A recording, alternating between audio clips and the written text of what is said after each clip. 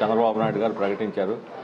కానీ అక్కడ 600 ఎకరాలు రైతుల నుంచి ప్రజల నుంచి బలవంతంగా సేకరించి వాళ్ళకి ఇంతవరకు ఎక్కడ సెటిల్ చేయకుండా వాళ్ళు ఆందోళన చేస్తుంటే పోలీసులను పెట్టి బెదిరించి దాన్ని వాళ్ళ నోళ్లు మూయించి ఈ ప్రారంభోత్సవం చేయాలని చెప్పి అనుకోవటం అనేది చాలా దుర్మార్గం.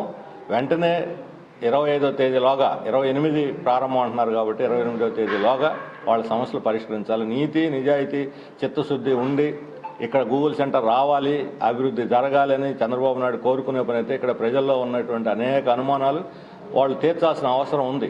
ఇక్కడ ప్రజలకు జవాబుదారీగా వ్యవహరించాలి. గూగుల్ కంపెనీకి అదానికి కాదు. గూగుల్ మాస్క్ వేసుకొని అదాని వచ్చాడు, 600 ఎకరాలు అదాని కంపెనీకి కేటాయించారు. ఇంతకుముందు 300 ఎకరాలు అలాగే ఉంచారు, ఆ భూములు వెనక్కి తీసుకోలేదు.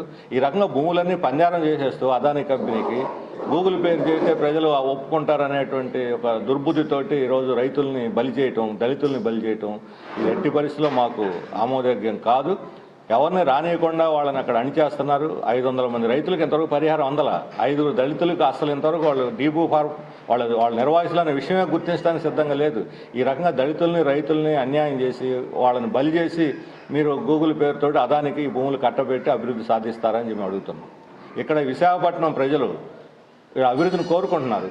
కానీ గూగుల్ సెంటర్ వల్ల 1% ఒక డిగ్రీ వేడి పెరుగుతుంది రేపు పొద్దున. ఇప్పటికే ఢిల్లీ కన్నా మించిపోతా ఉంది విశాఖపట్నం పొల్యూషన్. ఇక్కడ పర్యావరణం అంతా దెబ్బతింటుంది. చెట్లు లేవు, ఉన్న చెట్లు నరికేస్తున్నారు.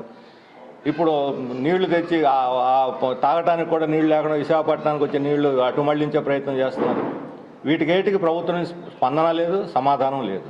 ప్రభుత్వానికి జవాబుదారీతనం ఉందా లేదని అడుగుతా ఉన్నాను. అలాగే సింహాచలం భూములు అక్కడ ఇళ్ళు వేసుకొని పంచగ్రామాల ప్రజలు 30 ఏళ్ల నుంచి నివాసం ఉండి వాళ్ళు రెగ్యులర్ చేయమని కాళ్ళ వేళ పడుతున్నా ప్రభుత్వం కనికరించలేదు. కానీ ఇప్పుడు 160 ఎకరాలు అదే సింహాచలం భూముల్ని గూగుల్ కంపెనీకి అదానికి ఆగమేఘాల మీద అదానికి రిజిస్టర్ చేసేస్తారు. 1.20 అంటే 1,20,000 కోట్లు పెట్టుబడి పెట్టే వాళ్ళకి 600 ఎకరాలు భారమా? వాళ్ళు కొనుక్కోలేరా? అన్నీ ఉచితంగా ఇవ్వాలా? 22,000 కోట్ల రూపాయలు భూమి ఉచితం, నీళ్లు ఉచితం, కరెంటు ఉచితం, ట్యాక్స్ ఉచితం, ఆఖరికి రిజిస్ట్రేషన్ ఫీజు కూడా మీరు లేకుండా చేసి వాళ్ళకి భూములు కట్టబెడుతున్నారంటే ప్రజల పట్ల మీకు బాధ్యత ఉందా లేదా? ఒకవైపు ఏమో డబ్బులు లేవు, ఇంకోవైపు అప్పుల్లో పడ్డామని చెబుతూ కార్పొరేట్లకు మాత్రం 1,000 కోట్లు ఉచితాలు ఇస్తారు. ప్రజలకు ఇచ్చేటువంటి పథకాలు మాత్రం ఉచితాల పేరుతోటి వాటిని రద్దు చేయాలని డిమాండ్ చేస్తారా? వాటి మీద అపహాస్యం చేస్తారా పేదల్ని? అందుకని 25వ తేదీలోగా ఈ రైతులు దళితుల యొక్క సమస్యలు పరిష్కరించకపోతే ఆ తర్వాత మేము చలో తరలవాడ వాళ్ళకి మద్దతుగా సంఘీభావంగా పోయి ప్రజలకు అండగా మేము నిలబడతాం, చలో తరలవాడ నిర్వహించాయని చెప్పి ప్రభుత్వానికి చెప్పదలుచుకున్నాం. మీకు నిజాయితీ ఉండి చిత్తశుద్ధితోటి దీన్ని అభివృద్ధి చేయాలంటే మాత్రం గూగుల్ 28వ తేదీ రావాలని మీరు కోరుకుంటే 25 లోపల వీటిని పరిష్కరించండి. ఇప్పుడు గంటా శ్రీనివాసరావు వెళ్ళి వాళ్ళందరినీ కూర్చోబెట్టి నాకు చెప్పి ఇప్పటిదాకా ఏం చేస్తున్నారు ఆయన? ఆ నియోజకవర్గం ప్రజలకు గుర్తు రాలేదా? తెలియదు ఆయనకి? వాళ్ళు రోజు అందరి చుట్టూ తిరుగుతున్నారే, ఆందోళన చేస్తున్నారే. ఇప్పుడు కలెక్టర్ మారాడట, కొత్త కలెక్టర్ వచ్చింది కానీ ఆయనకు తెలియదట. మరి పాత కలెక్టర్ పోయి కొత్త కలెక్టర్ వస్తే హామీలు కూడా మారిపోతాయా? ప్రభుత్వ నిర్ణయాలు మారిపోతాయా? కొత్తగా వచ్చిన కలెక్టర్ తెలియదా ఈ సమస్యలు ఉన్నట్టు? ఆయన తెలియదు అనుకుందాం. ఆర్డీఓ ఉన్నారు, ఎమ్మెల్యే తెలియదా? బాధ్యత ప్రభుత్వానికి కదా, ఎమ్మెల్యే తెలియదా?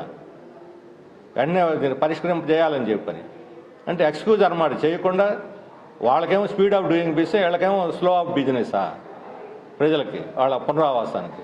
ఇది ఎట్టి పరిస్థితుల్లో మాకు ఆమోదయోగ్యం కాదు. ఈ రకంగా భూములు పంజారం చేసి రైతుల్ని దళితుల్ని వీధుల పాలు చేస్తామంటే విశాఖ ప్రజల్ని బలి చేసి అయినా సరే మేము డిగ్రీ వేడి పెరిగినా పర్లేదు, నీళ్లు లేకపోయినా పర్లేదు జనానికి, మేము మాత్రం కార్పొరేట్ల సేవలో మునిగి తేలుతామంటే మాత్రం సిపిఎం చూసి ఊరుకోదు. ఖచ్చితంగా ప్రజల తరఫున నిలబడి పోరాడతాం.